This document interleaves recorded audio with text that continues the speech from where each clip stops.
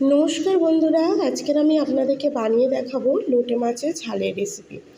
তাই এখানে আমি লোটে মাছগুলো কেটে ধুয়ে পরিষ্কার করে রেখেছি। এবার এর মধ্যে আমি দিয়ে দেবো পরিমাণ মতন পেঁয়াজ কুচি, কুচি করে রাখা টমেটো, ধনেপাতা কুচি, দুটো গোটা কাঁচা লঙ্কা চিড়ে দিয়ে দিলাম। দিয়ে দিচ্ছি পরিমাণ মতন সর্ষের তেল। এর মধ্যে দিয়ে দেব পরিমাণ মতন হলুদ গুঁড়ো, দিয়ে দেব পরিমাণ মতন লবণ, দিয়ে মাছটাকে বেশ ভালোভাবে মেখে নেব। মাছটা মেখে আধ ঘন্টা ম্যারিনেট করে রাখবো। এর মধ্যে আমি দিয়ে দেব রসুন কোড়া আর আদা কোড়া। আধ ঘন্টা ম্যারিনেট করে রাখতে পারলে খুবই ভালো, আরও বেশিক্ষণ রাখলে আরও ভালো।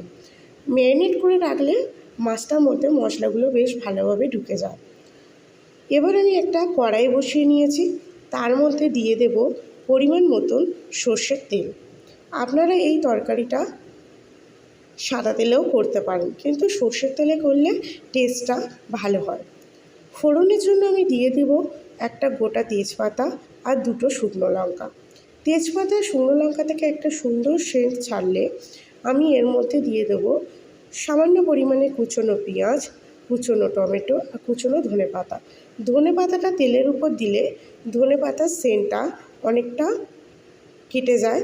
অনেকে কাঁচা ধনেপাতার গন্ধ তরকারিতে নিতে পারে না, তারা এইভাবে তেলের উপর দিয়ে দেবেন। দিয়ে দিলাম সামান্য পরিমাণে চিনি, দিয়ে তার উপরে আমি ম্যারিনেট করে রাখা মাছগুলো একে একে দিয়ে দেবো। মাছগুলো দেওয়ার পর কিন্তু খেয়াল রাখতে হবে খুব বেশি যেন মাছগুলোতে নাড়াচাড়া না পড়ে। খুব বেশি নাড়াচাড়া করলে ভেঙে যাওয়ার সম্ভাবনা বেশি থাকে। এমনিতেই এই মাছগুলো একটু নরম প্রকৃতির হয়। মাছগুলোতে আমি কোনো রকম জল অ্যাড করব না, এমনিতেই মাছগুলো থেকে জল উঠবে এবং কোনো রকম ঢাকাও দেবো না। এইভাবে মিডিয়াম আঁচে এই মাছগুলোকে আলতোভাবে নাড়াচাড়া করে জল শুকিয়ে নেব। দেখুন বন্ধুরা, আমার এই রেসিপিটা প্রায় কমপ্লিট হয়ে এসেছে। নিয়ে মাছের জলটাও শুকিয়ে গিয়েছে। যদি আমার ভিডিওটা আপনাদের ভালো লেগে থাকে তবে একটা লাইক করবেন, কমেন্ট করবেন, শেয়ার করবেন এবং আমার চ্যানেলে যদি নতুন হয়ে থাকেন প্লিজ একটা সাবস্ক্রাইব করে দেবেন।